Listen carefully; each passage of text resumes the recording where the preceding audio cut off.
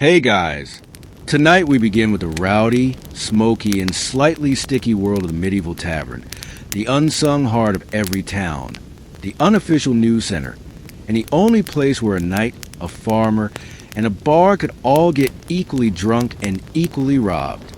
It wasn't just a place to drink, it was a place where danger, laughter, and disease mingled freely beneath a thatched roof. So before you get comfortable, take a moment to like the video and subscribe, but only if you genuinely enjoy what I do here. And let me know in the comments where you're tuning in from and what time it is for you. It's always fascinating to see who's joining us from around the world. Now dim the lights, maybe turn on a fan for that soft background hum, and let's ease into tonight's journey together. You've trudged through a muddy street that smells like a blend of horse, smoke, and questionable soup. It's raining, of course, or just finished. So everything's slick, including your only pair of shoes. You're tired, you're hungry, and you've nearly been run over by a cart full of turnips twice. You need a drink. So, how do you find a tavern in a medieval town? There are no glowing signs, no Yelp reviews, and certainly no GPS. What you do have are your ears. Just follow the noise. Somewhere past the blacksmith's forge and the fishmonger yelling about his fresh river eels is a chorus of laughter, shouting, and someone aggressively singing about a goose. And there it is, a crooked wooden building leaning slightly as if even the architecture has had one too many. Hanging above the door is a wooden sign, barely legible, with a crude painting of, is that a barrel or a bear, or maybe both? Either way, this is it. Welcome to the tavern. The front step is slick with ale, and as you push open the heavy iron hinge door, it lets out a creak so long and dramatic it might qualify as its own form of entertainment. Instantly, warm air and the rich perfume of smoked, wet wool, stale beer, and mystery meat hit your face like a drunken handshake. You've made it. Inside, the ceiling is low enough to make tall men duck and drunk men bump their heads. The floor is dirt. Not metaphorically, literally, though someone's laid down straw in an attempt to pretend it's cleaner. It isn't. There are no private booths, no waiters with menus, and no such thing as quiet conversation. This is a medieval tavern, and it only comes in two settings, rowdy and closed due to fire. You spot an open seat at a lopsided bench near the hearth, but it's wet. With what? You don't ask. Someone nearby is arguing about a stolen chicken. Another is passed out with a ladle still in his hand. A one-eyed dog gnaws on a bone under a table like he pays rent there. And this, friend, is just the entrance. You've only just arrived, and already it smells like a night to remember or forget. As the heavy tavern door slams shut behind you, the darkness wraps around your senses like a damp wool blanket. Warm, uncomfortable, and slightly suspicious. Your eyes adjust slowly. Candlelight flickers against soot-stained walls, casting dancing shadows that make even the chairs look like they might pick a fight. The hearth blazes in the far corner, doubling as both heating and open flame hazard. Smoke drifts lazily in the air, not quite escaping through the chimney that might be stuffed with dead crow. But what hits you hardest isn't the noise or the heat, it's the smell. A medieval tavern scent is less aromatic and more emotional trauma. The top notes are ale, warm, sour, and splashed liberally across every surface. Beneath that, sweat, years of it, human horse, and maybe something mythical. Add a hint of moldy bread, wet straw, and a whisper of boiled onions, and you have a blend no perfumer has dared bottle. The tables are carved with years of initials, crude drawings, and knife scars. They wobble with a kind of stubborn pride. The benches creak under the weight of muddy boots, thick cloaks, and questionable decisions. The floor, there is promise, but layered with straw meant to soak up spills, spit, and the occasional unconscious customer. You step carefully. One wrong move, and your foot sinks into something with a texture best left undescribed. The crowd is a living, breathing organism. Loud laughter erupts in one corner, while two men argue about the price of a pig in another. A woman slams a mug down hard enough to spill half her drink, and no one even flinches. A man at the next table stares at you with the dazed look of someone who's either thinking very deeply or forgetting how chairs work. Someone nearby sneezes. The entire left side of the room collectively leans away. And still, despite the overwhelming assault on your modern sensibilities, there's something welcoming here. The tavern is alive. It's rough, raw, and completely unfiltered. The medieval version of a community hub, minus the hygiene, and with 400% more shouting. You find your seat. It's a bit damp. It's probably cursed. But for now, it's yours. At first glance, the tavern's layout looks like someone arranged the furniture during an earthquake, and then just decided to leave it that way. There's no blueprint, no bar area, no cozy booths in the back. Just a sprawling, uneven spillage of tables, benches, barrels, and the occasional wooden crate being passed off as a seat. Everything is too close together or too far apart. Depending on how drunk you are, the hearth is the only real centerpiece. A big open fire roaring against one wall, doing its best to provide warmth, light, and a healthy dose of indoor smoke inhalation. Around it, people crowd in for comfort, like moths with mugs. Those with the best seats hog the warmth. Those without, well, that's what ale is for. The bar, if you can call it that, is usually just a thick wooden plank resting across two barrels, sagging under the weight of jugs, mugs, and elbows.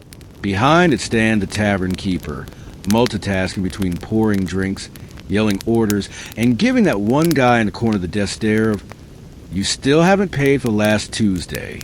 There are no menus. You ask what's available and brace yourself. The answer is usually ale or shut up and wait. A narrow staircase, possibly original, definitely splintery, leads to the upstairs rooms. If you squint, you can see a boot hanging from one of the railing posts. No one's entirely sure if it's decorative or a warning. Some taverns have a back room. It might be for storage. It might be for illegal gambling, or it might be where the last person who insulted the barmaid was taken, never to be seen again. It's best not to ask. The walls are stained with candle soot. The windows are covered with greasy cloth or animal hide, and every surface has been thoroughly polished by the elbows, boots, and spilled drinks of generations past, and maybe a chicken.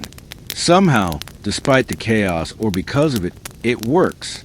Everyone knows where to go, how to sit, when to shout, and when to duck.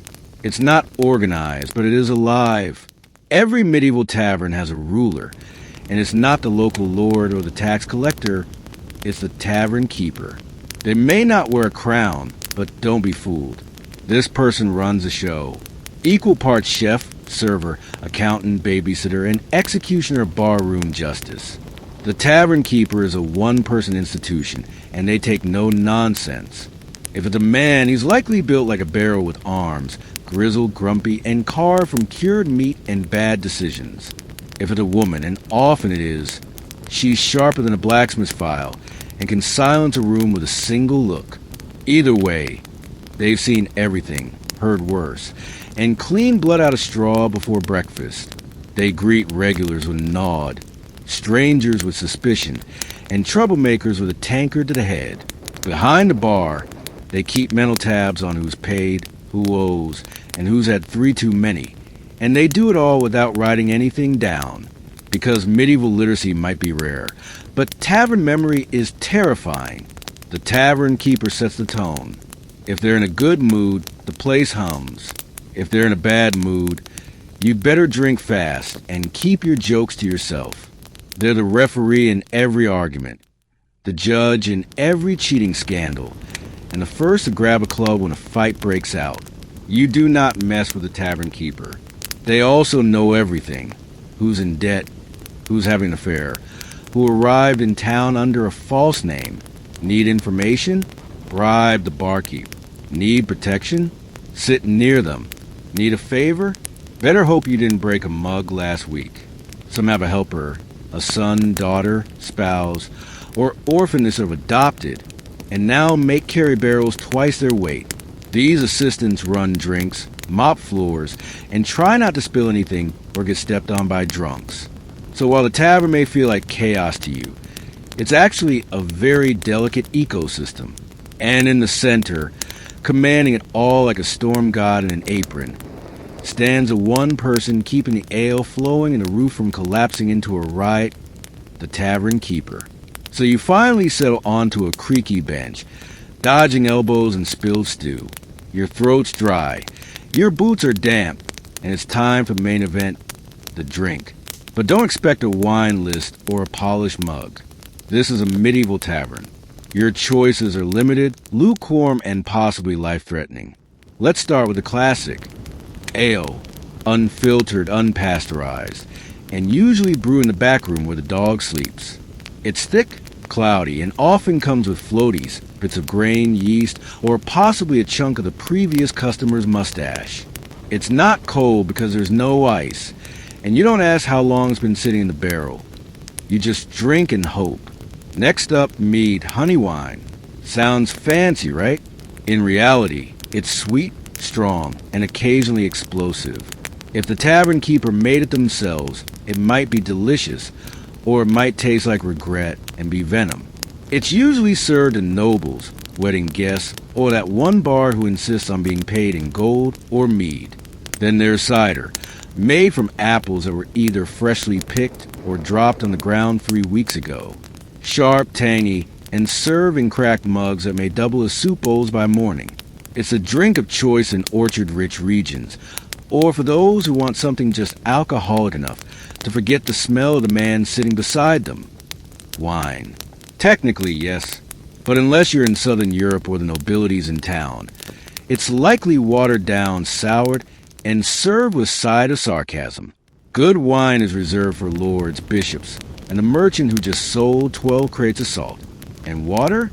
That's a bold choice, because half the time it's teeming with invisible death. Boiling costs fuel, and clean wells are rare. That's why even children drink ale. It's not about the buzz. It's about not dying of dysentery before age 8. No one's measuring shots or crafting cocktails here. You drink from mugs made of wood, clay, or tin.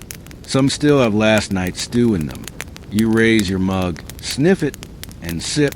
It's warm, it's bitter, and somehow it's perfect.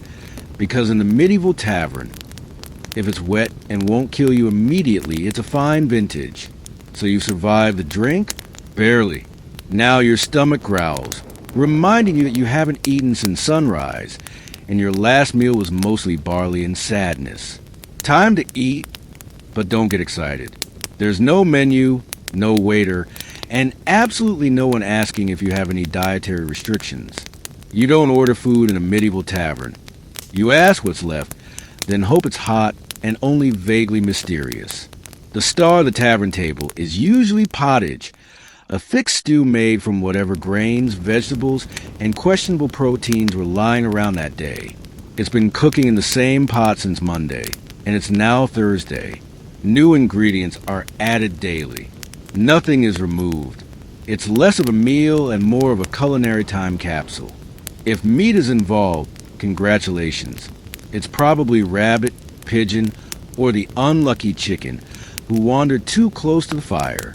If it's game meat, it might be delicious, or it might be aged past reason and seasoned with desperation. Your bowl is made of wood or clay. Your spoon? Either your own or your fingers. Most people carry their own knife, so eating is a BYO cutlery affair. And don't expect napkins, just the sleeve of your tunic, or a shared rag that's seen things it'll never forget. Bread is also on offer. It's tough, dark, and heavy, more a weapon than a food. If it's soft, it was baked today. If it's hard, it was baked last week. Either way, it pairs well with cheese that smells like an old boot and has started developing its own personality. Sometimes there's salted fish, sometimes pickled eggs. Occasionally, you'll find a tavern offering a special, which is just a fancy way of saying, we had too much of this lying around. Flavor? Optional. Texture? Unpredictable. Still, in the flickering firelight, with noise all around and the warmth of food in your hands. It's not bad. It's filling, it's hot. And if you don't think too hard about what's floating in your bowl, it might even be comforting. You're not here for fine dining. You're here to eat like a survivor. Once you've found your seat, ideally one without a knife stuck in it, you start to notice the real entertainment. The people. A medieval tavern is the original social media feed, loud, chaotic, half-true, and fully committed to oversharing. To your left, there's a red-faced farmer, already deep into his fourth ale, retelling the same story about his cow giving birth sideways. He slaps your shoulder mid-sentence like you're a lifelong friend or a good replacement for the pig he usually drinks with. At the far end of the room, a hooded stranger sits in shadows, nursing a drink slowly. He could be a runaway monk or a bandit or just really bad eye contact. Either way, you're not making small talk with him unless you want to disappear behind the stables. Near the hearth, a soldier in battered armor is regaling a group with tales of battle. His story involves dragon, Frenchmen, and a talking sword. It's definitely false. No one cares. His tankard is full, and his audience is laughing. There's a merchant, loud and sweaty, shouting prices for grain that no one asked for. He pulls gold coins from his pouch, like a man begging to be robbed by midnight. A pair of locals play dice on a warp table, their expressions intense. One of them clearly cheats. The other knows and lets it happen, probably saving the fight for when his ale runs out. A bard strums in the corner, voice cracking on the high notes of a love song that sounds suspiciously like one he just made up. No one minds. He's wearing pants, and he's in tune. That's already better than last night's guy. Women wander through the crowd, some tavern staff, others working their own business. They're sharp-eyed, confident, and absolutely not to be trifled with. They'll flirt, laugh, or knock your teeth in depending on your tone. Children occasionally dart between legs, swiping leftover bread or coin. No one stops them. It's just part of the rhythm. Everyone is watching, drinking, plotting, and pretending not to notice the man slumped under the table. This tavern isn't just a place to eat and drink. It's a living, breathing performance, and tonight, you're part of the cast. Forget lutes and ballads for a moment. The real soundtrack of a medieval tavern isn't a song. It's a symphony of chaos. It begins with the clink of mugs, dozens of them slamming against wood in celebration, negotiation, or drunken misfire. Some clang cheerfully, others shatter completely. Both are met with cheers. Then comes the laughter. Big, loud, belly-deep laughter that sounds like escape from a wild boar. Most of it makes no sense. A farmer chuckles at his own joke about hay. A knight giggles at the word pottage. A monk wheezes uncontrollably every time someone says duck. You learn quickly not to ask. Voices layer over one another, each louder than the last, fighting for dominance like roosters in a coop. There's arguing, storytelling, shouting about taxes, and at least one person misquoting scripture to win a bet. The bartender yells orders while swatting flies. A barmaid shouts at a man who tried to grab her, and someone keeps repeating, "Another round," like a battle cry. And in the corner, the bard, with a half-tuned lute and 3 missing strings. He plays the same 4 chords on loop, occasionally bursting into verses about lost love, found chickens, or noblemen who wore their pants backwards. No one really listens, unless he starts singing about someone in the room, at which point things get very entertaining or very dangerous. Someone spills something. Someone burps loud enough to make the rafters tremble. Someone else falls off a bench and keeps talking from the floor like it's intentional. In the background, dogs bark, a goat bleats. Why is there a goat? And chairs scrape across dirt like thunderclaps in a wooden cavern. It's not peaceful, but it's oddly rhythmic. Occasionally, the room goes quiet, not by choice, just a sudden lull. It lasts exactly 3 seconds. Then someone farts heroically, and the music starts again. This isn't background noise. This is a tavern's heartbeat, raw, rowdy, and relentlessly alive. If you listen closely enough, It starts to make sense, a kind of harmony born from disorder. And like the rest of the tavern, it only gets louder the longer you stay.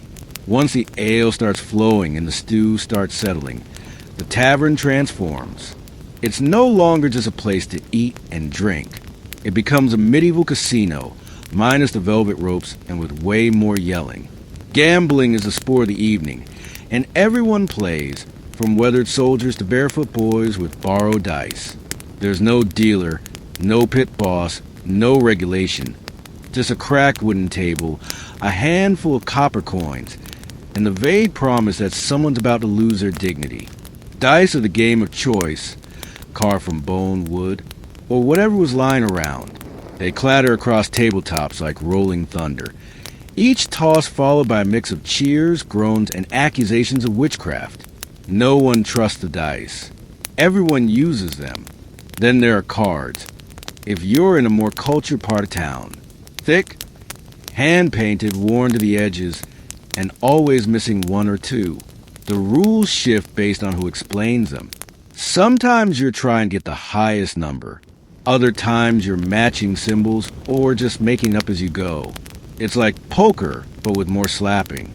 Wages range from money to mugs to livestock. Yes, someone once bet a goat, someone else bet their boots, and someone else bet their own freedom for the night. Spoiler, he lost. The regulars are slick. They shuffle quickly, roll slowly, and smile a little too wide. Cheating? Of course. It's half the fun.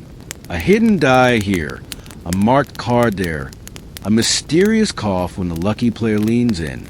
If you win big, you buy a round or risk getting jumped. If you lose badly, you smile, pretend you meant to, and slowly push your chair back toward the door. Side games erupt too. Arm wrestling, thumb wars, and the ever-popular who can drink the most without falling over. The winner earns applause.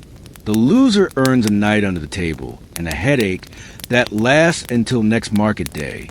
But even when the rules are unclear and the stakes are absurd, the energy is addictive, because in a medieval tavern, luck isn't just a game. It's a gamble with your purse, your pride, and possibly your pants. As the night deepens and the tavern fills with warmth and humidity, a new kind of performance takes the floor, one made of words, music, and confident nonsense. This is story time, medieval style. A bard clears his throat in the corner, gently plucking at a half-tuned lute, the strings squeaking like old boots. He's missing a few teeth, but not a bit of confidence. With a dramatic flourish, he launches into a ballad of heartbreak and heroism. Something about a knight who fell in love with a mermaid and drowned nobly while reciting poetry. No one believes him. Everyone listens anyway. That's how it works here. Truth is optional. Entertainment is everything. Around the tables, others join in. Not bards, just patrons with ale-fueled bravery and a tale to tell. One man swears he once wrestled a bear and lived to drink about it. Another claims he saw a witch turn a cow into a goat. A third insists he's related to Charlemagne on his mother's cousin's side. Everyone's story begins with, "You won't believe this, but..." And they're right. We don't, but we want to. Boasts become ballads. Mishaps become myths. Someone tells a joke. So bad it circles back to being good. Someone else recites a poem, likely plagiarized from a monk's scroll. The room claps, hoots, or throws bread, depending on the quality or quantity of the performance. If you're lucky, a skald or minstrel might be passing through, professionals who travel from town to town, exchanging music for coins, meals, and occasionally a place to sleep indoors. Their songs are polished, their tales long, and their ability to rile up a crowd dangerous. But even they know the golden rule of tavern tales. Never let facts ruin a good story. In the smoke-filled room, with the fire crackling and the mugs sloshing, storytelling isn't just entertainment, it's tradition, it's connection. It's how you make friends, enemies, and the occasional lifelong drinking partner. By midnight, half the tavern is reenacting the story of the one-legged knight who fought off 6 highwaymen with a ladle. You laugh, you cheer, you forget it's all made up because in a medieval tavern, every liar is a legend if the story's good enough. As the night deepens and the ale keeps flowing, something changes in the air, a kind of boozy boldness. The bard is halfway through his third song about unfaithful shepherdesses, and suddenly everyone's feeling romantic. Welcome to medieval flirting. Subtlety has left the building. It starts with eye contact, or at least one eye, slightly squinting through a meat-induced haze. A man with two remaining teeth leans across a bench and slurs. "Milady, your beauty burns brighter than the hearth." She responds by hurling a bread crust at his forehead. The room cheers. Others try their luck more gently, offering refilled mugs, clumsy compliments, or offers to help carry a bowl of stew, so it doesn't spill. Spoiler, it still spills. If you're a woman in the tavern, staff, guest, or traveling merchant, you're likely used to fending off at least 3 would-be poets, 2 arm wrestlers, and 1 man who tries to impress you by balancing a knife on his nose. Sometimes it works. Usually, it ends with black eye or an empty purse. For those actually seeking companionship, taverns offer more than just flirting. Courtesans work the room with practiced ease, knowing who is coin, who is charm, and who will pass out before making it to the stairs. Transactions are discreet, but the implications are loud. Jealous lovers? Oh, yes. Nothing sparks a tavern fight faster than a stolen glance, a wandering hand, or a husband catching his wife laughing a little too hard at the bard's joke about bishops. Tables are overturned. Mugs are weaponized. A bench gets broken in half, again.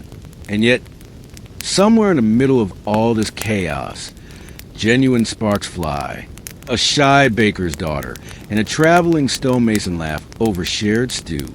2 drunk farmers bond over a mutual hatred of turnips. A monk accidentally flirts with a nun. Love, or something like it, survives in even the rowdiest corners because in the medieval tavern, romance is equal parts charm, chance, and not falling face first into your bowl mid-sentence. You might win a heart. You might earn a slap. Either way, you're going to remember it, or at least hear about it the next morning. It was bound to happen. Maybe someone spilled a drink. Maybe someone accused someone else of cheating at dice. Maybe 2 people claimed the same bench, and neither backed down. Or maybe someone said something about someone else's mother, goat, or soup. Doesn't really matter. Suddenly, it's on. The tavern, once a blur of music and mugs, turns on a dime. A stool flies. A tankard crashes to the floor. Someone yells, "Hold my bread," and launches themselves over a bench with all the grace of a drunk catapult. No one is surprised. In fact, most people don't even stop drinking. A bar fight in the Middle Ages isn't rare. It's expected. It's practically a feature. And while it sounds terrifying, it's usually more comedic than deadly. People swing wildly, mistrip, and land in someone's dinner. Hair is pulled. Beards are grabbed. Shirts are torn. The tavern keeper roars like a battlefield general, while holding a ladle in one hand and a club in the other. Occasionally, someone joins a fight with no idea why. They just saw action and leapt in fist first. Others place informal bets, cheer, or slide their mugs out of splash range. Weapons? Rare. Most folks know better. Pulling a blade in a tavern can turn a casual brawl into a full-blown tavern legend, and no one wants to be banned from the only place that serves hot food and warm ale. Eventually, someone hits the floor and stays there. Someone else stumbles into a wall and decides that's as good a place as any to sit and rethink their life. The fight burns out like a tavern candle, suddenly and without ceremony. And here's the strange part. Once it's over, it's over.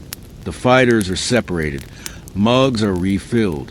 Someone starts a song, and within 10 minutes, everyone is laughing again, including the guy with the bleeding nose. No grudges, no lawsuits, just bruises, stories, and maybe a new nickname like One-Eyed Arnold or Benchbreaker Bill. Because in a medieval tavern, A good fight is just part of a good night. Messy, ridiculous, and weirdly bonding. And if no one gets hurt too badly, it's just another round of entertainment. So the brawl's over. The bar is passed out mid-ballad, and your stomach is full of mystery stew and slightly fermented cider. It's time to sleep, or at least attempt to. But don't expect a feather bed and lavender-scented linens. This is a medieval tavern, not a spa. If the tavern offers lodging, it's likely a creaky staircase away. Upstairs, past slanted floors and beams low enough to test your skull's durability. The rooms are small, cold, and absolutely shared. Privacy doesn't exist. You're sleeping shoulder to shoulder with strangers, some snoring like church bells, others dreaming loudly in languages you've never heard. Beds? Technically, most are straw-stuffed mattresses, thin, lumpy, and crawl over what medieval folks fondly call companions. You lay down fully clothed, boots on, dagger under your pillow, not for comfort, but for defensive strategy. Blankets are shared, so are smells, and if someone had garlic earlier, someone always has garlic. It will become an intimate part of your dreams. If you're too poor or too drunk for a room, you sleep downstairs on a bench, under a table, or just in a corner by the hearth, curled up next to the dog that may or may not belong to the tavern. You'll be stepped on, probably sneezed on, and maybe used as a footrest. The tavern never really quiets. Even after the last mug is drained and the last fight patched up, there's always someone muttering in their sleep, a log popping in the fire, or a distant fart echoing to the rafters. And yet, somehow you drift off. It's not comfortable, it's not clean, but it's safe enough.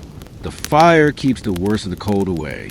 The tavern keeper keeps watch with one eye open and a club in hand. And the noise becomes its own kind of lullaby, familiar, human, alive. You awake with a sore neck, a dry mouth, and a questionably acquired bruise. But for a few hours, you sleep in the company of travelers, rogues, farmers, and fools.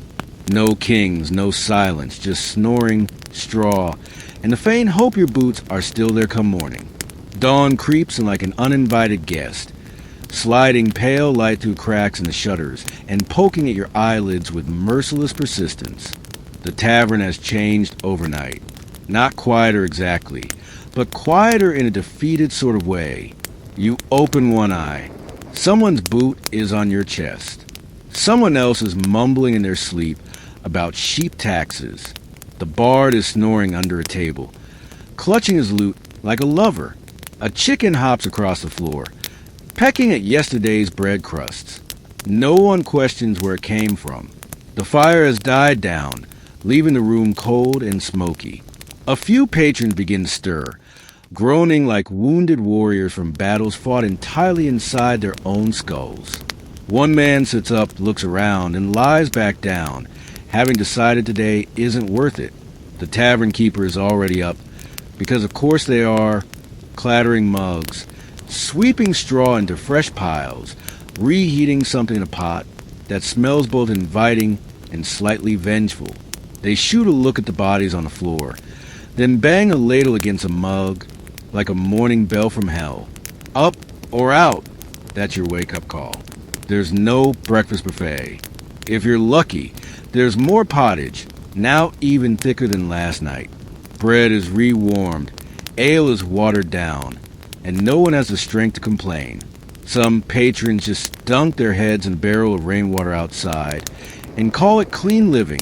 You check your pouch, 2 coins and a button. Better than expected. Your boots, still here. One of them has a bite mark, but they're yours. A win. A few new faces trickle in. Early risers, travelers, workers in need of a drink before dealing with livestock, taxes, or worse, neighbors. The tavern begins to stir again, like a beast slowly waking. Someone starts retelling a story from last night. It's already changed, of course. Now there were 2 fights, and the bard song summoned a ghost. Everyone nods like it's gospel. The night was chaos. The morning is groggy, grimy, and full of regret, and yet you smile because somehow you survived it. By now, you felt the sweat, the smoke, the sticky ale under your boots. You survive the shouting, the flirting, the pottage, and possibly a flying bench. And through all that, one thing becomes clear. The medieval tavern wasn't just a drinking hole. It was the beating heart of community. In a world with no phones, no newspapers, no social networks, the tavern was where news traveled. A merchant from the coast could share gossip from a foreign port. A soldier could describe the war from a front. A bard could sing songs that stitched people together. Even if the lyrics changed every night, this was a place for connection. Farmers drank beside craftsmen. Pilgrims shared bread with thieves. Strangers became friends, or at least drinking buddies before the second round. Here, social classes blurred. Rumors were born, alliances were made, and grudges were buried or fueled further, depending on how the dice rolled. The tavern was also where business happened, deals made, contracts shaken over splinters, and spilled cider. It was a court, a confessional, and a theater stage all at once. You could find a job, lose your purse, get married, or start a feud in a single evening. And it offered something else too, something you couldn't buy at the market or pray for in chapel. Relief from the cold, from the work, from the endless seriousness of surviving medieval life. For a few hours, you could sit near a fire, hear a bad joke, sing a worse song, and forget, just briefly, how hard the outside world was. Even if the ale was warm, the bed was itchy, and the food had more bones than broth. The tavern gave you a sense of being alive among the living, and in an age where everything from disease to war to a sharp winter could take you without warning, that was no small thing. So when you stepped into a medieval tavern, you weren't just buying a drink. You were buying belonging, story, and maybe the floor wasn't too crowded, a place to sleep where the fire still burned. Because long before cafes and pubs and coffee houses, there was a tavern, loud, dirty, honest, and absolutely unforgettable, before she became the most iconic face of ancient Egypt, immortalized in a limestone bust with high cheekbones and a gaze frozen in serene confidence. Nefertiti was a woman cloaked in mystery. Her name means the beautiful one has come, but no one knows exactly where she came from. Some believe she was the daughter of a powerful Egyptian official named Ai, possibly even the sister of Akhenaten. Others argue she was a foreign princess sent to Egypt in a marriage alliance. Her origins are debated, but her influence is undeniable. Nefertiti appears in the historical record like lightning, sudden, brilliant, and transformative. She enters Akhenaten's life not as a passive queen, but as an equal partner in a reign that would shake Egypt's religious and cultural foundations. Together, they would dismantle centuries of tradition, discard the pantheon of gods, and elevate the sun disk Aten as the one true deity. It was a radical, near-heretical move, and Nefertiti wasn't just watching from the throne. She was leading ceremonies, making offerings, even depicted in art smiting enemies, a role typically reserved for male pharaohs. Unlike other queens who were relegated to the background, Nefertiti was ever present. She appears in more artwork from the period than even Akhenaten himself. In these depictions, she isn't cloaked in subservience. She stands tall, sometimes larger than life, holding power quite literally in her hands. And in a society where pharaohs were divine, her proximity to Akhenaten, both spiritually and politically, suggested something more. Perhaps she wasn't just queen, perhaps she was co-ruler. But this rise wasn't without tension. Egypt was not ready for the upheaval. The old priesthood resented the loss of their gods and temples. The capital moved to a new city, Akhetaten, today known as Amarna, cutting ties with the old ways. And through it all, Nefertiti was there, her figure etched into stone walls, her name sung in hymns to the sun. Yet, for all her visibility in life, her death is a complete vanishing act. No tomb, no body, no confirmed end, just silence. It's as if history, after showcasing her brilliance, suddenly chose to look away, and that perhaps is where her legend truly begins. To understand Nefertiti's rise, You must first meet the man who changed everything, Pharaoh Akhenaten. He wasn't born with that name. He was originally Amenhotep IV, a prince in line with a 1,000-year legacy of gods and tradition. But something shifted inside him. Some call it divine inspiration. Others say madness. When he became king, he turned his back on the mighty god Ammonius and declared a new truth. There was only one god worth worshipping, the sun itself, the Aten. This wasn't just a religious shift. It was an earthquake that cracked the bedrock of Egyptian civilization. Imagine a society built around temples, priests, and rituals being told overnight that their gods were false, their worship obsolete. Akhenaten didn't just preach monotheism, he enforced it. The temples of Ammonius were shut down. His name was chiseled off monuments. Statues were smashed. Entire cities were abandoned. In their place, Akhenaten built something new, Akhetaten, a city dedicated solely to Aten, where the sun would rise directly between cliffs and bathe the city in sacred light. And through it all, Nefertiti stood at his side, not as a silent consort, but as a full participant in the reliefs of the period. She's shown worshipping Aten with the same reverence as Akhenaten. Their daughters are often depicted with them, heads tilted toward the radiant sun. It was a family portrait unlike anything in Egyptian art before or since. Even the style of the art changed, no longer stiff and formal, but loose, exaggerated, sometimes even intimate. The king and queen kissing, playing with their children, praying in soft robes beneath the sun.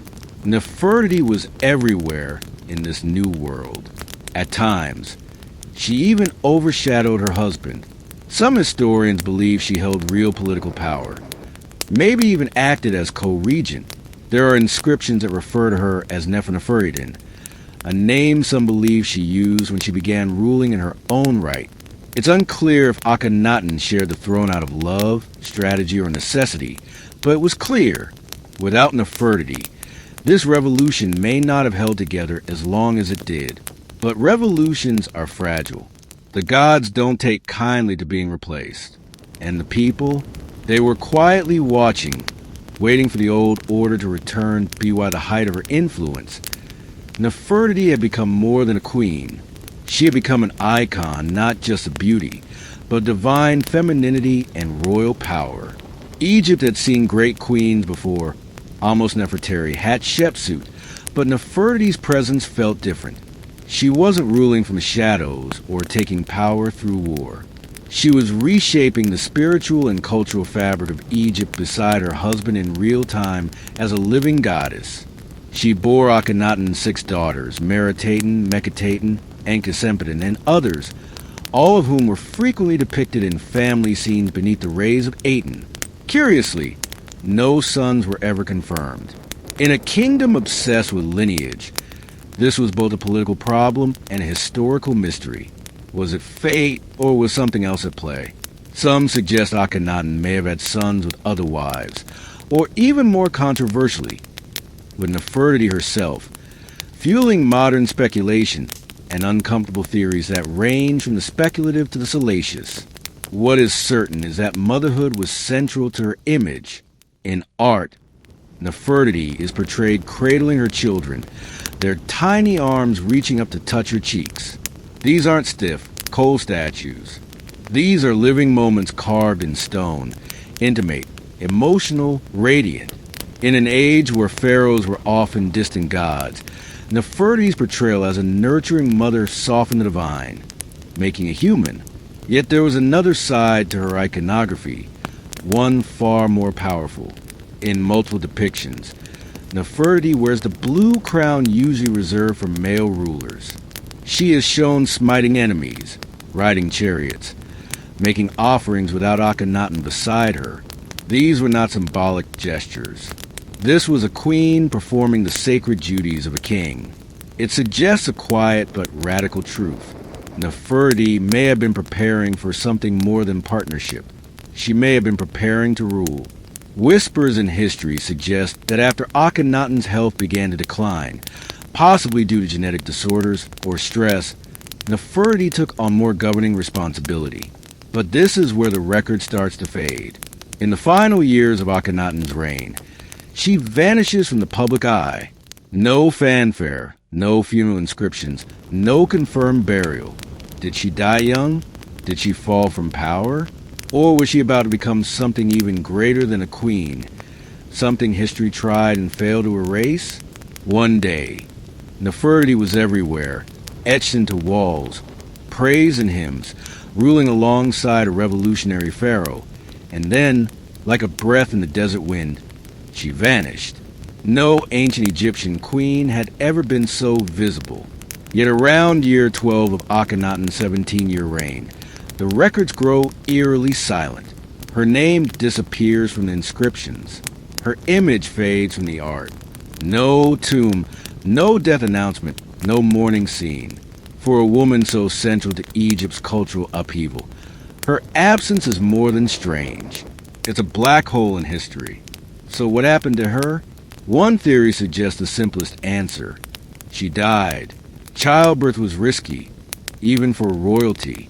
Nefertiti's second daughter, Menkaten, also disappears from records around this time, possibly indicating a dual tragedy, a mother and daughter lost in the same dark moment. But if that were true, why no elaborate funeral, no tribute, no temple? This was a woman revered like a goddess. A quiet death doesn't fit the script. Others propose something far more political. Perhaps Nefertiti fell from favor. Maybe the tides turned within the royal court. Akhenaten, increasingly isolated, could have sidelined her, possibly in favor of another consort. Some suggest a co-ruler named Smenkhare, an enigmatic figure who appears briefly in the historical record, may have replaced her. Was this a male heir, a half-brother? Or was Smenkhare Nefertiti herself under a new name? That's the most electrifying theory, that Nefertiti didn't disappear at all. She transformed. Evidence suggests someone named Nefertiti ruled in the final years of Akhenaten's reign. This individual used feminine grammar and inscriptions, and even referenced Akhenaten as her beloved husband. Could this have been Nefertiti, crowned as pharaoh in her own right? If so, she would have joined the rarest ranks in Egyptian history, a female king like Hatshepsut before her. But even this theory dissolves in sand. Nefertiti's reign ends abruptly, and then comes a name more familiar, Tutankhaten, later Tutankhamun, a child king who would reverse his parents' reforms and restore the old gods.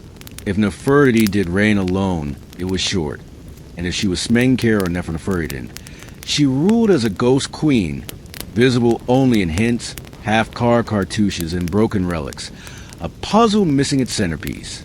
And so, just as suddenly as she arrived, the most powerful woman in Egypt disappears. But her legend, that was just beginning to take shape, as the dust of Amarna began to settle, a new figure emerged, a boy king barely old enough to hold a scepter.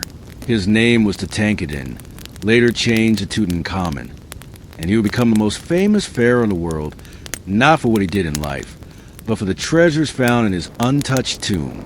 But what matters here is this. Who was his mother? The historical records are frustratingly silent. His father was almost certainly Akhenaten, but the identity of his mother remains shrouded in confusion. Some scholars argue that Nefertiti was his stepmother. Others speculate she may have been his biological mother, pointing to art and timing that seems to place him as a young child during her final public appearances. If Nefertiti truly bore Tutankhamun, it would make sense. His early reign was clearly guided by someone with a steady hand, and his decisions to reverse his father's religious revolution may not have been entirely his own. And that's where the intrigue deepens. Who was steering the ship during Tutankhamun's fragile reign? The boy king was only about 9 when he took the throne. A child can't restore a religious empire alone. Someone was behind the scenes. Someone experienced in court politics, religion, and public symbolism. Could it have been Nefertiti ruling from the shadows? Or was it the high priest Ai, her possible father? Or perhaps both, working together to erase the chaos of Amarna and return Egypt to its old gods. One of the more compelling pieces of evidence comes from a golden shrine found in Tutankhamun's tomb. It shows a woman anointing the young king, a woman with features eerily similar to Nefertiti. If that was her, it means she may not have vanished at all, but stay at the heart of power in a more discreet form. Still, without a named tomb, without a confirmed mummy, we are left with only fragments. If she did guide Tutankhamun, her fingerprints are everywhere, but her name is gone, scrubbed from temples, left out of king lists, as though someone tried to erase the memory of a woman who once ruled like a god. And yet, the irony is rich. Tutankhamun's fame would resurrect her image, because in searching for his story, the world stumbled upon hers.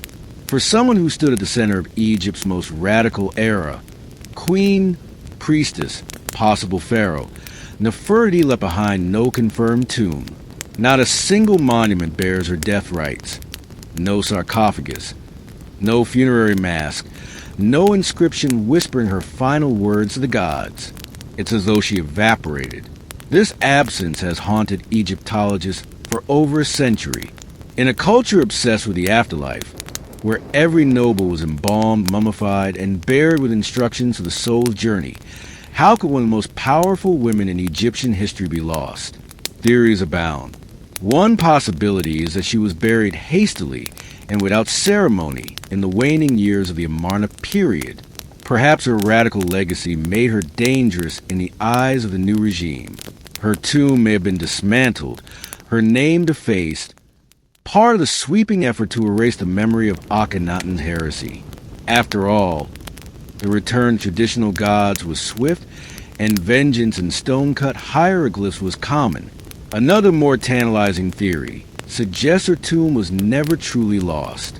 It was simply misidentified or still hidden. Some researchers propose that she lies within the Valley of the Kings itself, concealed behind the walls of Tutankhamun's tomb. In 2015, radar scans of KV-62, the famed tomb of King Tut, indicated possible hidden chambers. Was Nefertiti buried just inches away, sealed off and forgotten beneath layers of history and gold? That idea captured the world's imagination. A queen sleeping just beyond reach. Egyptologists held their breath, but further scans yielded inconclusive results. Excavation slowed, funding dried up, and once again, Nefertiti retreated into myth. Yet her absence is loud. We have her images, dozens, perhaps hundreds, her likeness captured in stone and pigment. Her bust, now in Berlin, still gazes with unfathomable grace across museum glass, as if she knows something we don't, as if she's waiting. Every year, new digs continue in Amarna and the valley. Every year, whispers stir. Could a sealed chamber finally give up her secrets? Could a cartouche in forgotten sand spell her true name? Or is she destined to remain the eternal riddle, an unfinished sentence in the story of Egypt? If history buried her, it didn't succeed for long, because the search for Nefertiti never truly stopped. It only deepened. If her tomb was never found and her body never identified, why do we still remember Nefertiti? The answer sits behind museum glass, beneath soft lights in Berlin's Neues Museum, a painted limestone sculpture that has captivated the world since its rediscovery in 1912. The bust of Nefertiti. She gazes forward with poise and serenity, her long neck graceful, her blue crown distinct, and her features so refined they almost feel modern. One eye is unfinished, perhaps left that way intentionally, or perhaps a forgotten detail during the workshop's final days. Yet even incomplete, she is timeless, unforgettable. The bust was discovered by German archaeologist Ludwig Borchardt in the ruins of the sculptor Thutmose's studio at Amarna. When he brushed away the dust and revealed her face, he knew instantly what he had found. In his diary, he wrote, "No use describing it. You have to see it." And once the world did, Nefertiti became not just a historical figure, but a global symbol of beauty, of power, of ancient enigma. But even her bust is not without controversy. Germany acquired the artifact during a time of loose antiquities laws, and Egypt has been requesting its return for decades. To the Egyptians, she belongs home in a land whose sun once touched her skin, where she stood beneath Aten's rays. But Germany has refused. They claim her fragility makes her unsafe to travel. Others say it's about prestige. Nefertiti brings in crowds. She is, after all, their Mona Lisa. Still, her presence, wherever she may be, has changed how the world sees ancient women. She wasn't just a passive beauty. Her bust captures something regal, assertive, almost challenging. She looks like someone who held secrets, made decisions, changed course of empires, and she did. It's remarkable how a single sculpture, delicate and silent, can resurrect someone lost to time. We may never find her tomb. We may never know how she died. But through this bust, Nefertiti achieved something extraordinary. She became immortal, not in gold, but in human memory. The face may be still, but the story it tells, that continues to speak louder than ever across the centuries. Nefertiti's story lives somewhere between stone and silence, between what we know and what we want to believe. Few figures in ancient history have inspired such relentless fascination and such profound mystery. She is a paradox, one of the most documented women of her time, and yet still largely unknowable. Over the centuries, she's been imagined as many things. To some, she was a goddess in human form, the living embodiment of divine beauty. To others, she was a political mastermind, the force behind the throne, perhaps even the throne itself.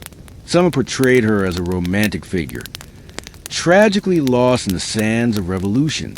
Others paint her as ambitious, even ruthless, navigating a collapsing empire with elegance and calculation. But what do we truly know? We know she was more than a royal wife. Her imagery rivals that of kings. Her presence during religious rites, royal ceremonies, and even scenes of battle reveals a woman not just beside power, but wielding it. In a patriarchal world, she carved out her own space, not through rebellion, but through presence, through poise, through sheer command of the visual and spiritual language of her time. We know she was central to one of history's boldest religious shifts. While Akhenaten may have envisioned the monotheistic sun cult, it was Nefertiti who embodied it. She was a human face of divine ideal, the bridge between the Aten above and the people below. She didn't just serve the gods, she was their image. And we know that after her disappearance, her memory was nearly erased. The backlash against Akhenaten's regime swept her name into oblivion. Her statues were smashed. Her inscriptions were defaced. Her role in history intentionally buried. Yet here we are, 3,000 years later, still whispering her name. Why? Because myth has a way of surviving where facts cannot. Because when a woman becomes both an icon and an enigma, she slips into a space where time can't reach her. Because sometimes the questions echo louder than the answers. And maybe, just maybe, that's exactly how Nefertiti wanted it. To be remembered, not explained, to be admired, not contained, to live forever, not as a woman of one tomb, but as a queen of endless speculation.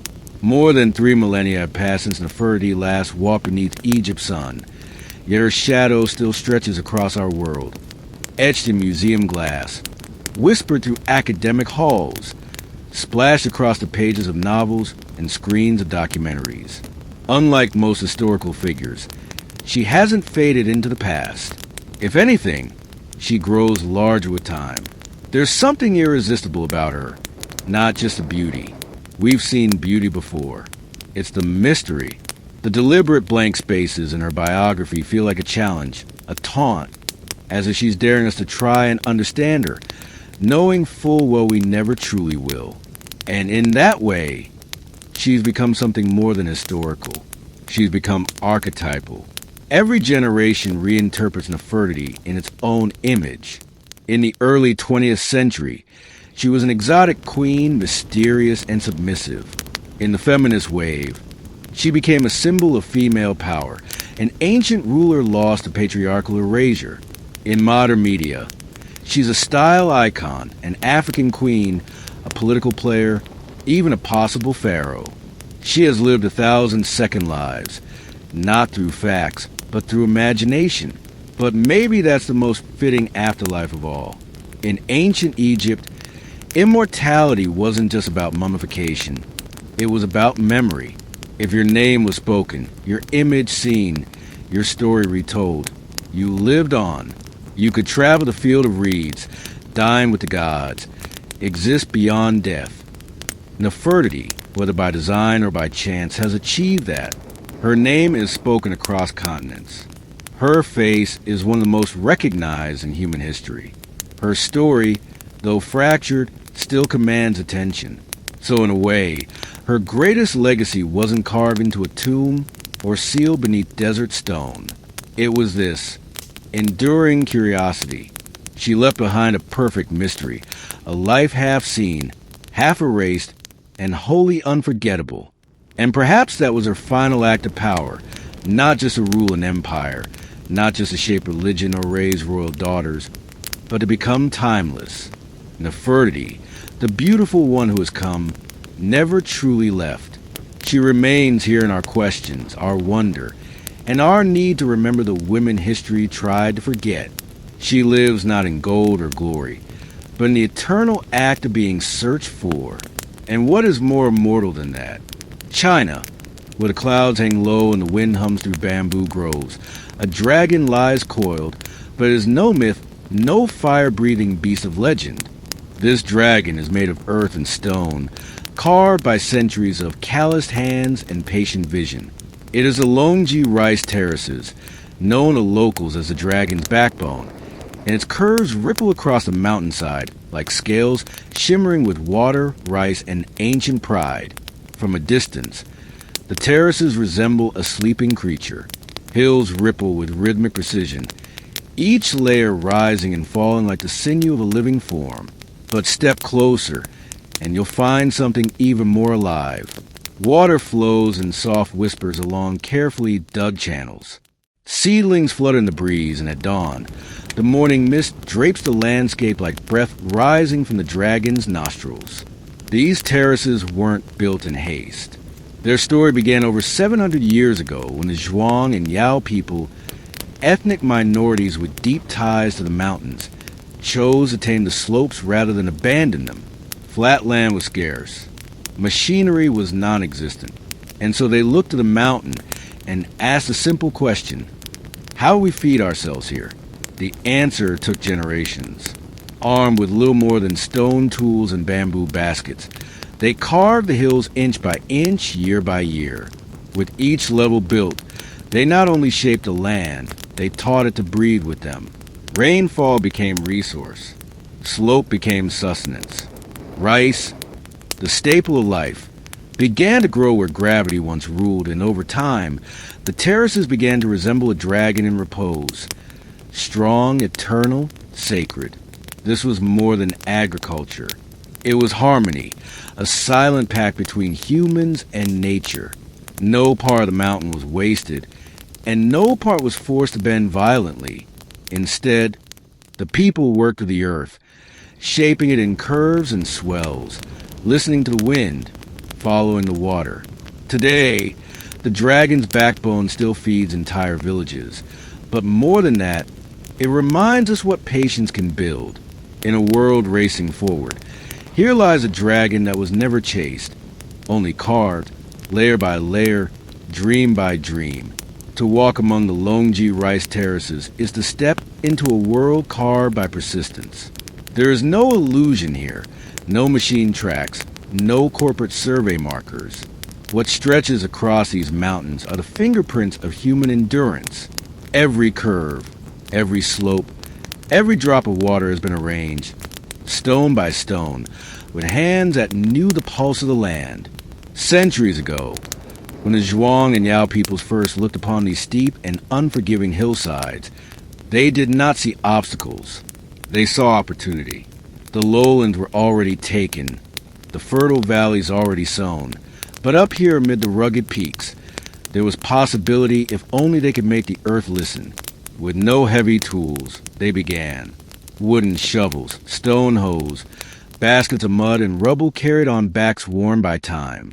Slowly, terraces began to form, horizontal veins across the mountain held in place by hand-stacked stone walls.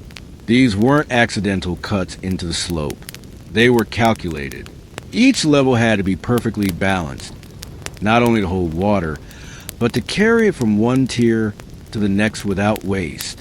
One miscalculation could cause an entire section to collapse. Too steep, and the water would rush.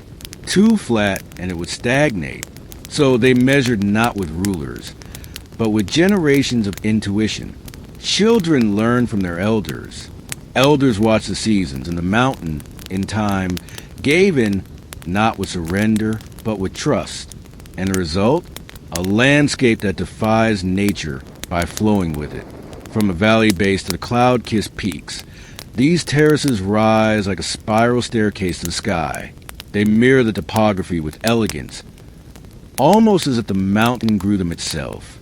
But no, the mountain did not shape these curves. Humans did, with no engines, no concrete, no architectural degrees, just time, just trial and error, just the belief that land, no matter how steep, can be made to serve life. Today, the terraces remain functional, still farmed, still repaired, still respected. No bulldozers, no shortcuts. The old ways survive not because they resist the future, but because they prove something rare. That tradition, when rooted deep enough, can outlast every storm. If the dragon's backbone is muscle and bone, then water is its blood. It flows quietly without pumps or engines, tracing ancient channels that slip from mountaintop springs into every terrace below. This hydraulic choreography is no accident. It is the secret life of the terraces, the reason they've endured for centuries. At the top of the mountain, rainwater and natural springs are caught in narrow ditches and earthen canals. From there, gravity becomes a farmer's silent ally. The water descends through terrace after terrace, pooling gently in each field before spilling into the next. This design, fluid, seamless, ensures that every patch of rice receives what it needs. No more, no less. There are no valves, no switches. Control lies in subtle gates made of stone or wood, adjusted by hand and habit. If one terrace overflows, it could flood the next. If one leaks, a drought may follow. And so the villagers, guardians of this delicate system, walk the ridges daily, checking, adjusting, listening to the sound of flow. It's less like farming, more like playing an instrument. One wrong note, and the whole song is off. But the water does more than feed rice. It mirrors the sky. In spring, when the terraces are first flooded, the paddies turn to glass. They reflect the clouds, the sun, even the stars on a clear night. Visitors often describe the sight as surreal, like the mountain has become a living mirror, reflecting both heaven and earth. Then comes summer. The water thickens with stalks of green. The reflection fades, replaced by movement, rippling rice plants swaying the wind like an emerald sea. In autumn, the water glistens to the gold of ripened grain. And in winter, when farming ceases, snow and frost replace the flowing current. The dragon sleeps, but the channels remain, quiet veins awaiting spring. Time moves differently here, not by hours, but by moisture, by the first trickle of mountain thaw, by the sound of frog returning, by the scent of wet soil. In a world that measures time in seconds, the people of Longji still measure it in seasons and drops. And so the dragon lives, not in fire and flight, but in ripples of water, pulsing gently through a living masterpiece of stone and soil. Spring in the Longji Mountains begins not with blossoms, but with water, as the snow melts in higher peaks. Streams trickle downward, breathing life into the waiting terraces.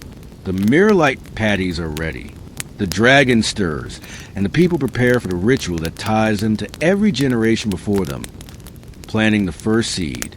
There is no grand announcement, only quiet movement. Farmers, young and old, rise with the mist. They walk barefoot along the narrow ridges, straw hats low over their eyes, baskets balanced on their backs. The air is thick with the scent of soaked soil and mountain wind. The paddies, flooded just days earlier, now shimmer like polished jade. This is not a task for machines. It never has been. Each rice seedling, grown in nursery beds, is transplanted by hand, one by one, line by line. The workers step into the cold water and press the tender stalks into the mud with gentle fingers. It's a rhythm that feels almost sacred. Back bent, arm out, hand press, repeat all day. Sometimes for weeks, children follow, splashing the shallows, mimicking their elders. They learn not from textbooks, but by standing in the water, feeling the resistance of mud, learning the spacing by eye. It's how knowledge survives here, lived, not spoken. Planting is more than labor. It is ceremony. Offerings are made to the mountain spirits. Songs are sung. In some villages, elders scatter the first handful of seedlings as a blessing. Every field planted is a promise to the land, to the ancestors, to the children yet to come. The pace is unhurried.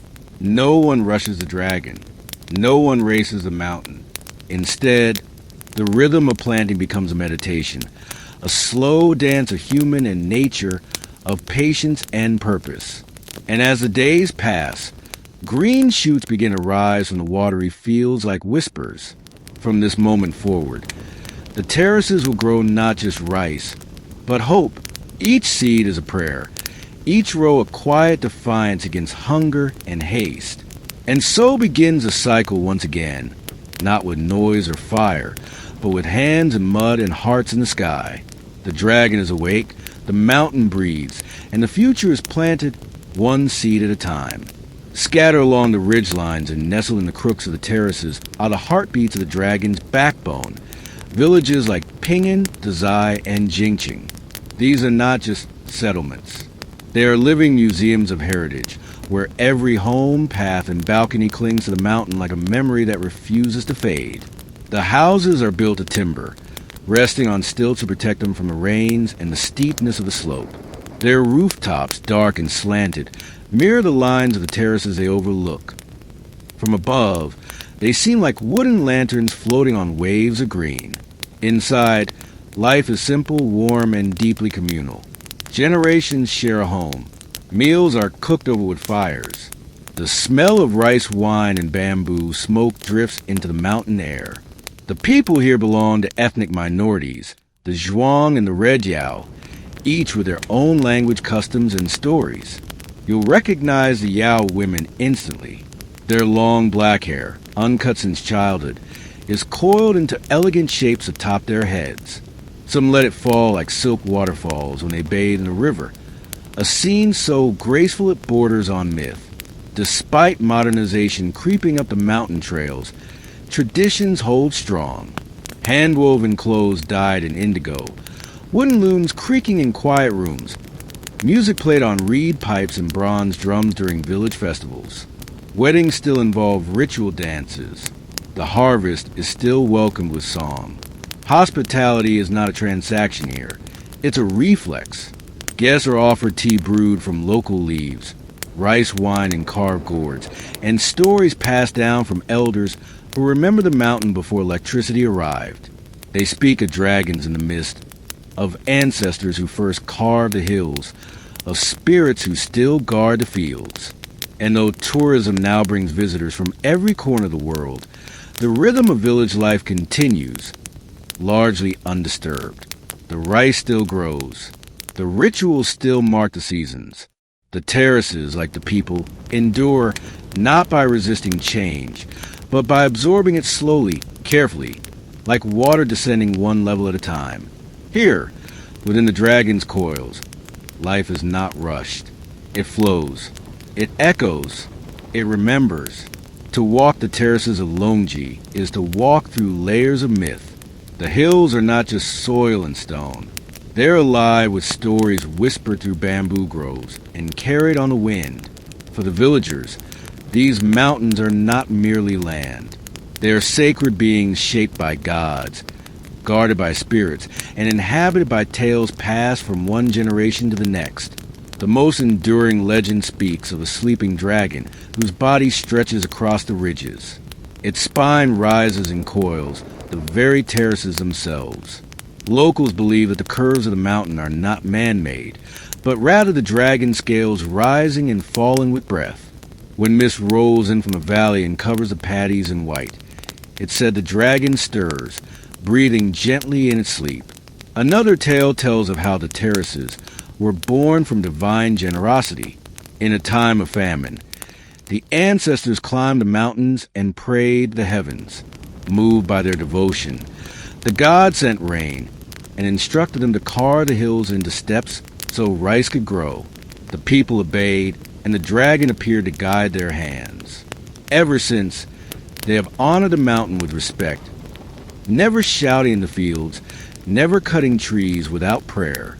These beliefs are not written in books. They live in songs sung during the planting, in incense burned before a new growing season, in the silence kept during misty mornings. Children grow up hearing these tales not as fantasy, but as truth embedded in the land. To laugh at the dragon is to risk bad harvest. To disrespect the spirits is to invite flood or drought.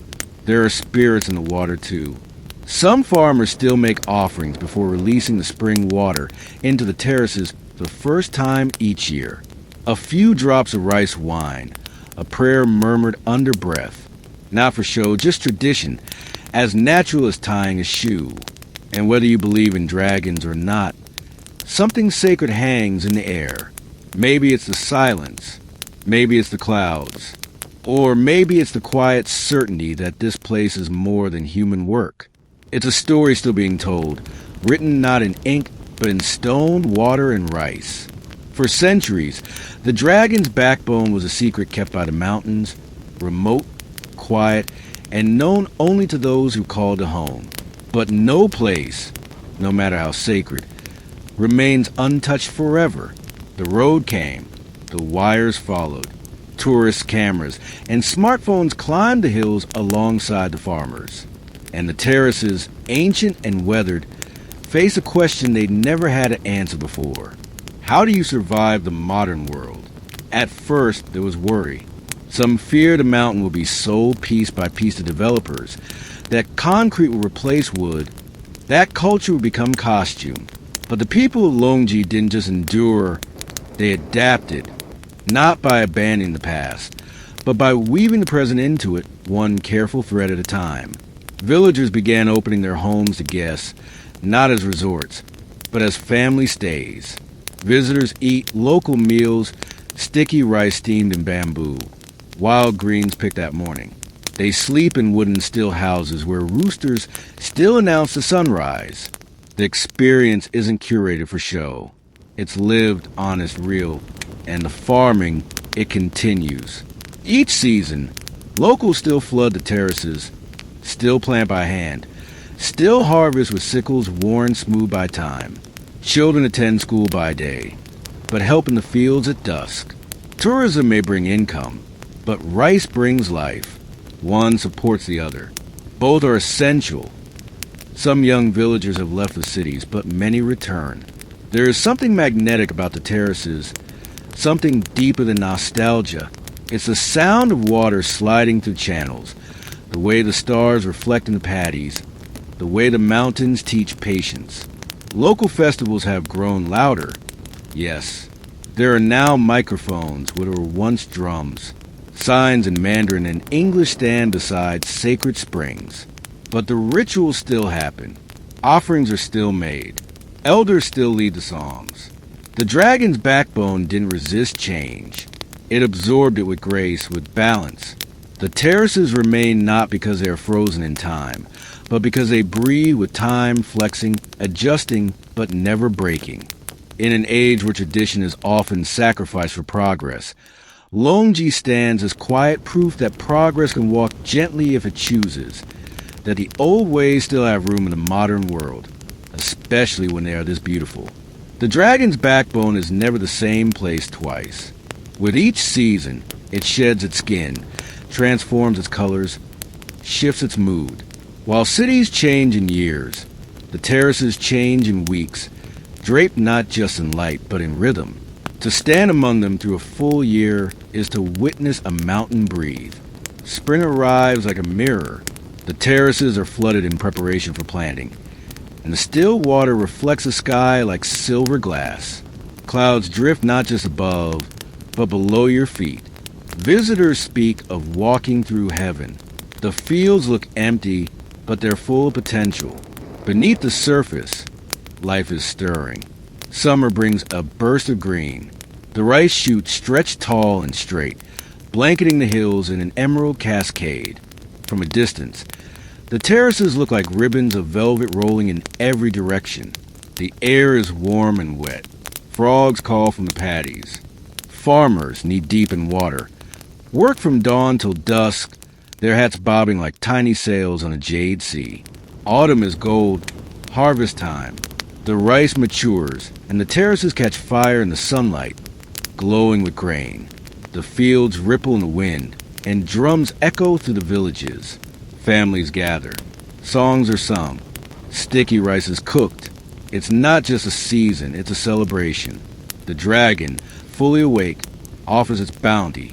Winter draws the mountain into stillness. The terraces empty. The water drains. Snow sometimes falls, dusting the steps in soft white. Other times, frost clings to the walls like lace.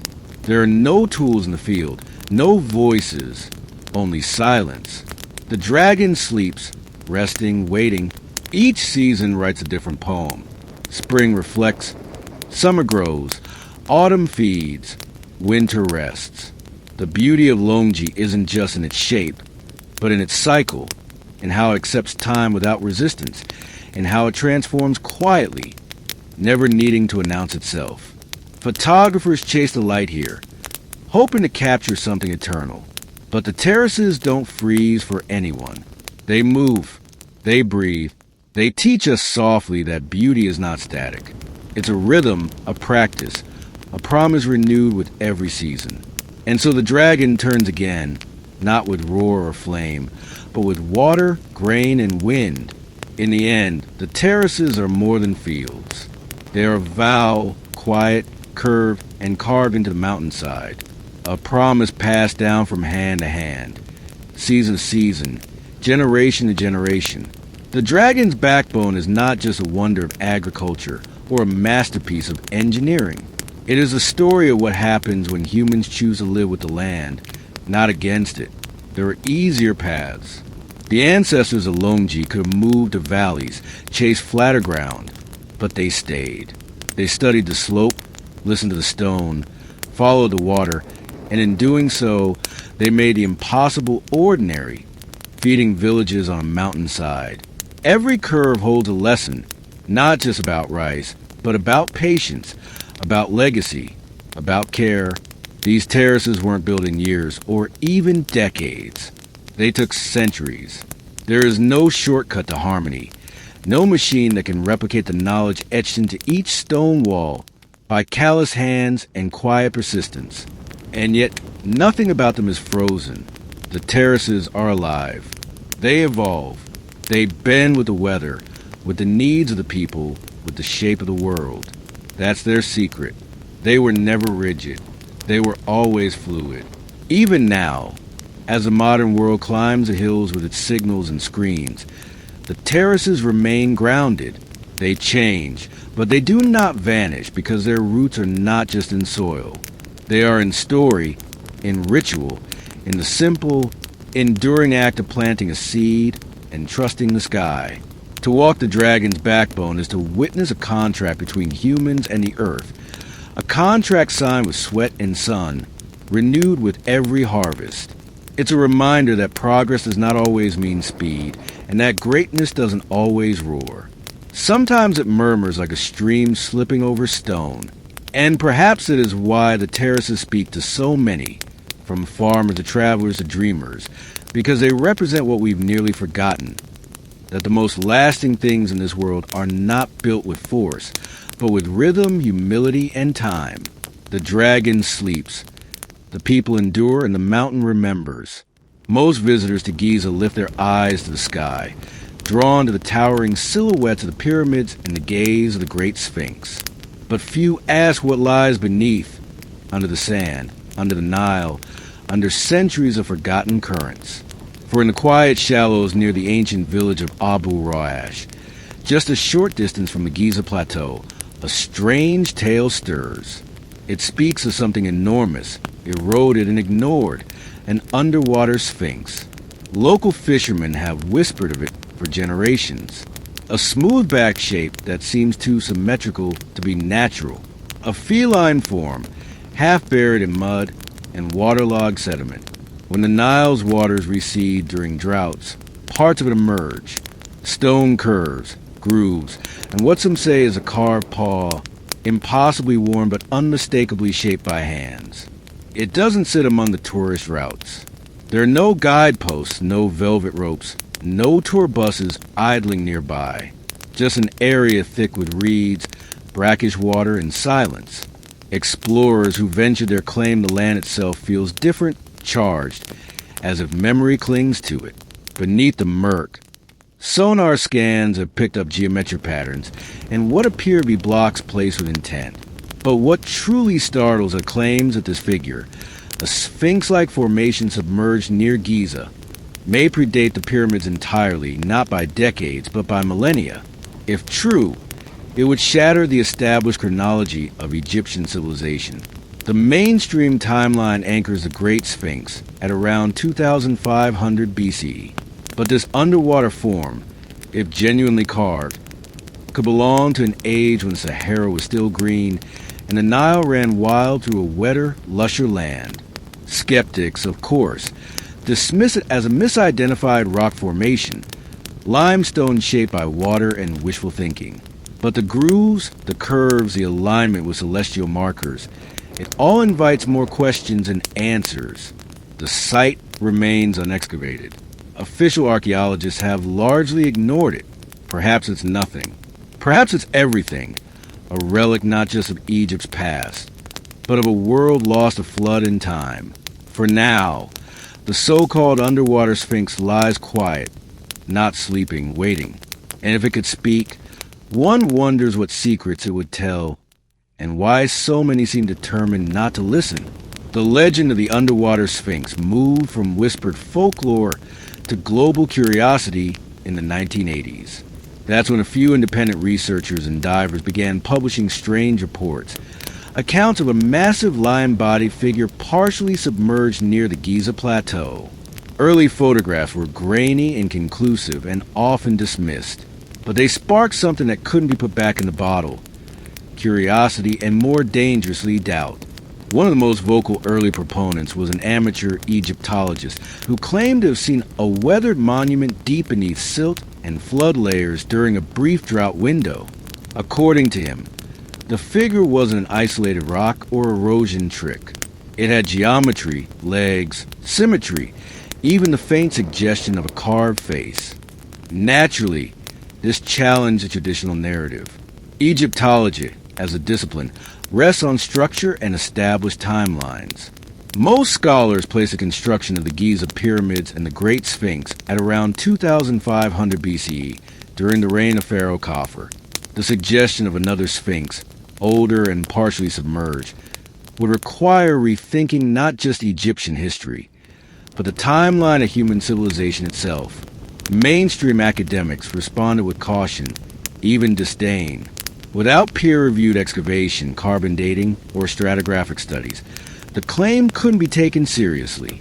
Many argued the so-called underwater sphinx was likely a natural formation, limestone weathered by thousands of years of Nile flooding and sediment erosion.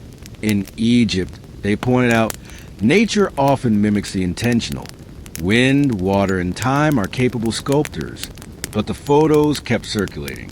The sonar readings continue to show odd patterns, too regular, too smooth, too suggestive. And then came the theorists. Authors, filmmakers, and fringe historians began building stories around the mystery that the Sphinx was a relic of forgotten civilization, perhaps Atlantean, perhaps pre-dynastic Egyptian, lost in a flood that scoured the Sahara. They pointed to water erosion patterns on the original Great Sphinx, argued for lost technologies, and hinted that what lay beneath the Nile might be far older than accepted memory allows. The debate grew louder, but the ground remained still. No official dig was launched. No museum claimed it. And the Sphinx, if that's what it is, remained right where it always had been, buried in silt, caught between myth and mud. The idea that something near Giza might predate the pyramids isn't just provocative, it's revolutionary. If the underwater Sphinx is more than erosion or coincidence, then Egypt's story didn't begin in the 4th dynasty. IT began before it, deep in prehistory, when the Sahara was a green savanna and the Nile roamed wider, wilder, and less predictable. This possibility gained traction in the 1990s when geologist Dr. Robert Schoch studied the Great Sphinx itself. He argued that the deep vertical weathering on the Sphinx's enclosure wasn't caused by wind and sand, but by rainfall, heavy, sustained, ancient rainfall, which hadn't touched the Giza Plateau since at least 7000 BC. That pushed the possible date of the Sphinx back by thousands of years, well before the first pharaohs carved names into stone. If water shaped the original Sphinx, could water also have hidden an even older sibling? The so-called underwater Sphinx sits in a lower region near ancient floodplains. Some satellite imagery and ground-penetrating radar suggest possible foundations, rectangular outlines, and deliberate shaping, all buried beneath silt and seasonal water. These signs hint that the site may not just be older than the Sphinx. It may come from a time when nothing in Egypt was yet carved in hieroglyphs. Supporters of the theory point to Egypt's missing chapters, the gap between the end of the Ice Age and the rise of the first dynasties. During this time, the Nile shifted courses, the Sahara transitioned from wet grasslands to dry desert, and civilizations may have risen and fallen, undocumented and erased. The idea that an ancient people, pre-literate, pre-pharaonic, could have shaped a monument of this scale seems implausible to traditional historians. But is it? Göbekli Tepe in Turkey was built around 9600 BCE by hunter-gatherers. It features megalithic pillars with carved animals predating Stonehenge by thousands of years.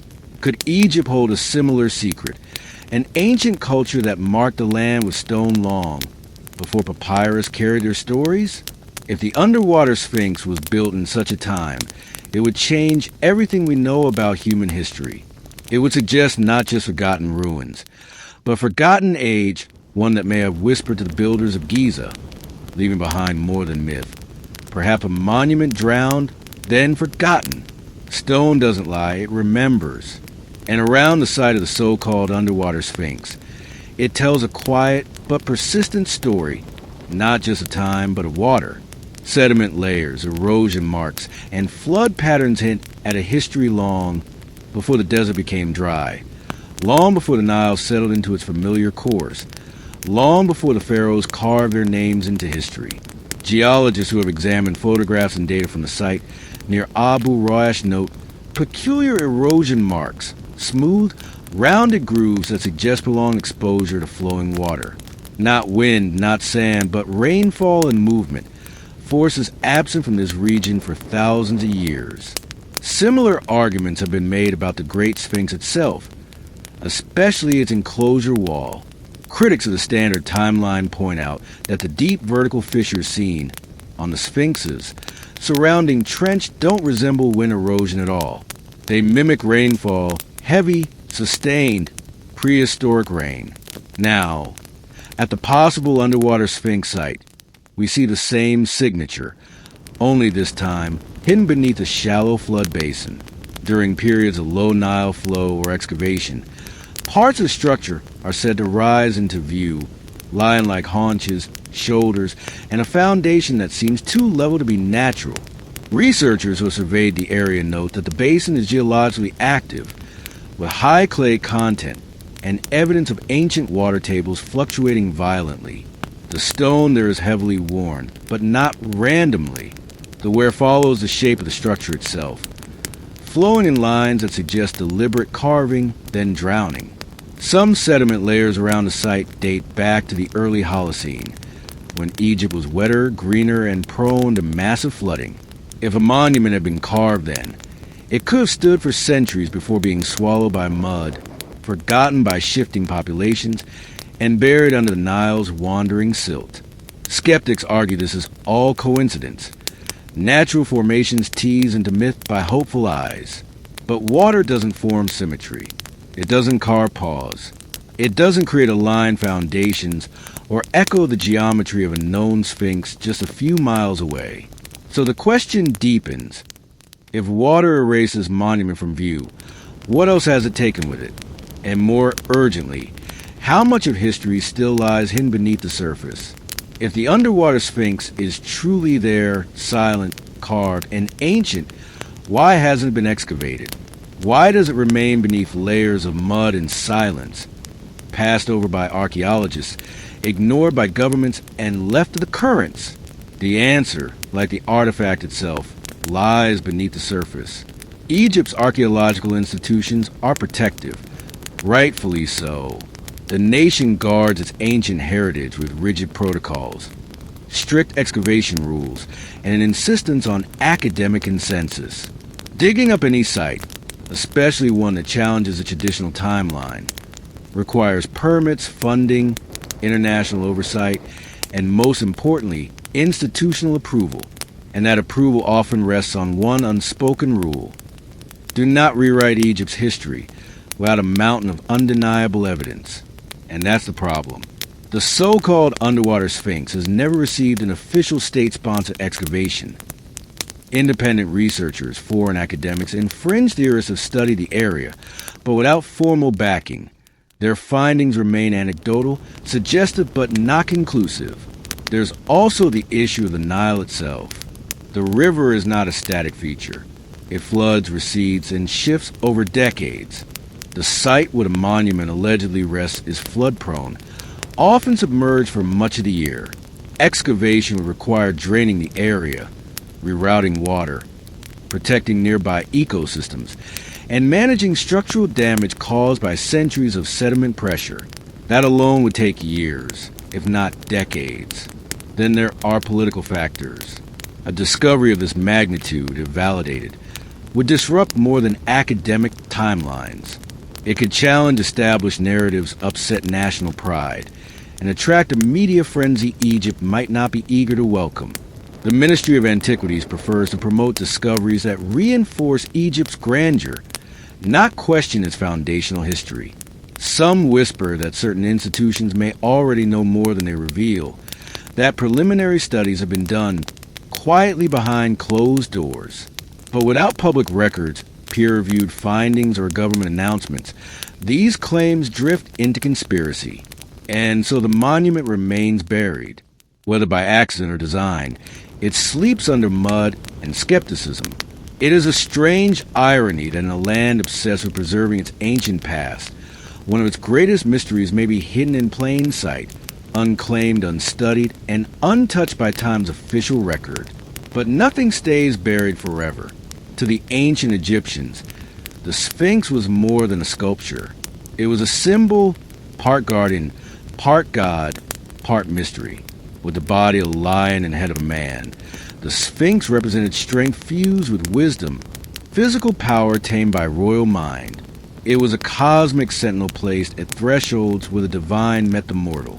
The most famous, of course, is the Great Sphinx of Giza, towering 66 feet high. It has guarded the plateau for over 4,000 years, facing the rising sun, watching over the tombs of pharaohs. Its exact origin is still debated.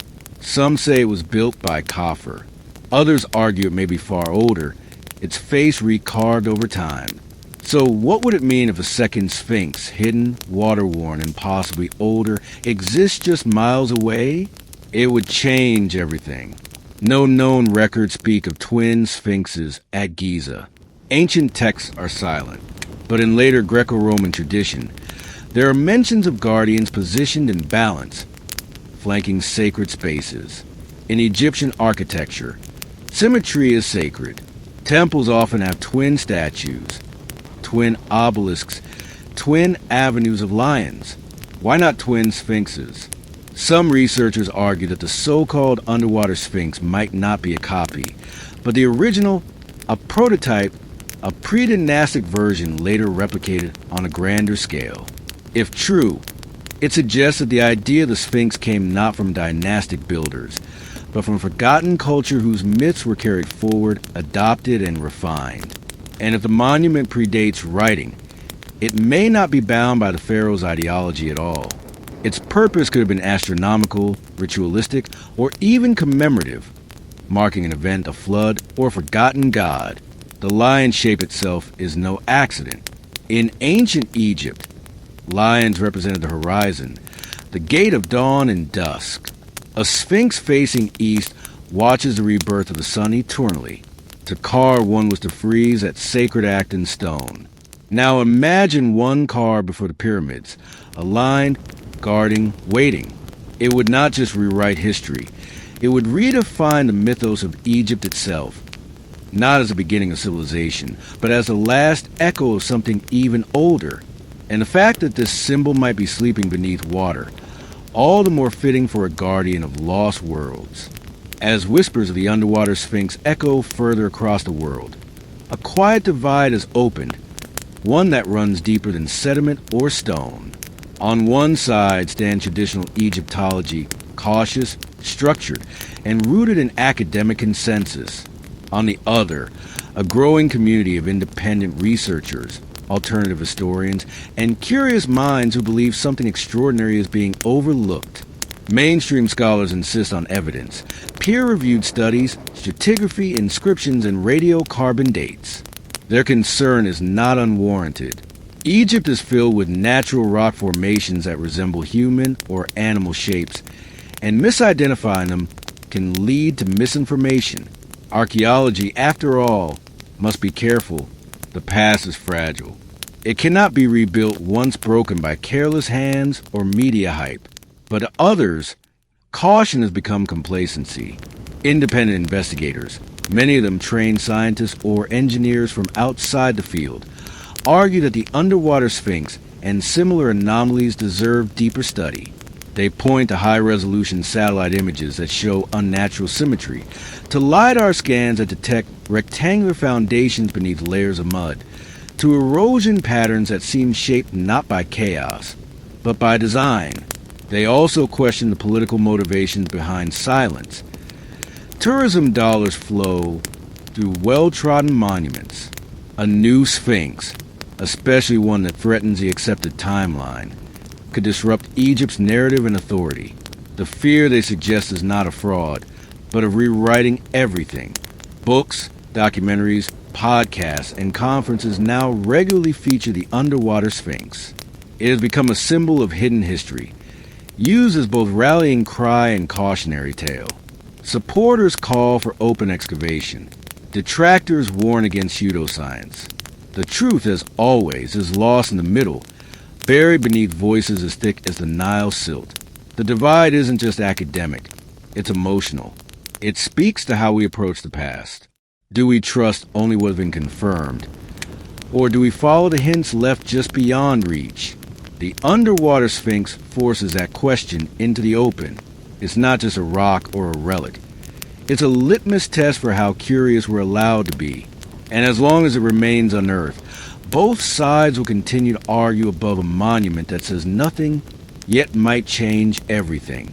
There's something haunting about mystery buried in plain sight, especially when it wears the face of a lion and stares up from the mud with ancient silence. The so-called underwater sphinx near Giza may or may not be real, but its pull is undeniable. It stirs something in us, a yearning not just to discover, but to remember, because deep down, the story of a forgotten monument taps into something older than archaeology, the human sense of loss. We've always lived beside ruins. Cities fall, languages die, civilizations vanish beneath waves, sand and ash. We look to the past not just for answers, but for identity. Who are we? How far back do our stories stretch? And what have we forgotten in our rush toward progress? If the underwater sphinx is real, if it was carved by hands before recorded history, it becomes more than a relic. It becomes a voice from a chapter we didn't know existed, a marker from an age when people may have understood the stars differently, honored the earth more intimately, or carried mythology we can only guess at. Some believe it belongs to an advanced prehistoric culture lost to global catastrophe, a theory often dismissed as fringe.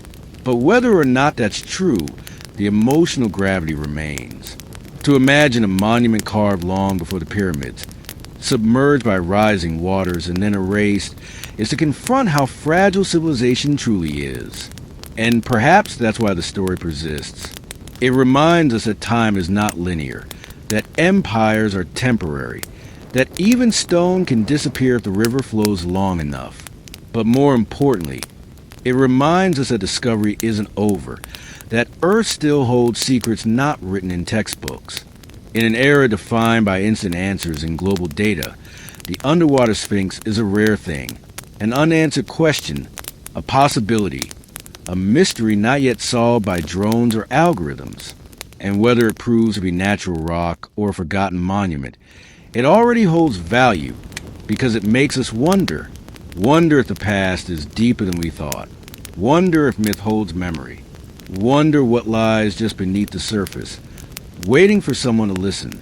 The underwater sphinx of Giza, whether carved or accidental, confirmed or dismissed, remains where it has always been, beneath the surface, beneath the mud, the water, the weight of time. It has no plaque, no name, no spotlight, and yet it speaks softly in the absence of answers. For every monument we've unearthed in Egypt, there are others still buried, still waiting. Some are too fragile to uncover. Others are lost to the shifting Nile, drowned beneath layers of silt and secrecy. And a few, like this one, sit in plain view, ignored not because they lack importance, but because they ask questions we're not yet ready to answer. Maybe that's what makes the underwater sphinx so powerful. Not its size, not its age, but its silence. It forces us to confront the limits of what we know and the discomfort of what we might have overlooked.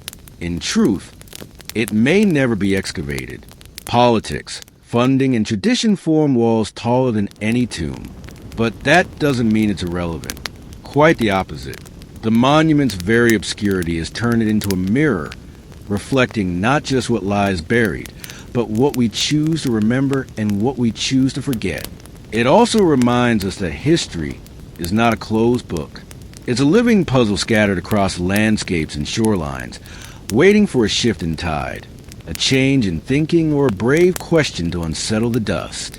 Perhaps one day the water will recede, and the full form will rise, pause, face, and all. Perhaps radar will confirm what myth has long suspected. Or perhaps the mystery will remain, passed from generation to generation, like a whisper between stones. But whether monument or mirage, the underwater sphinx already serves its greatest purpose. It stirs the imagination, and in a world drowning in certainty, that may be its greatest gift. Because maybe the most ancient things aren't just buried in sand or time.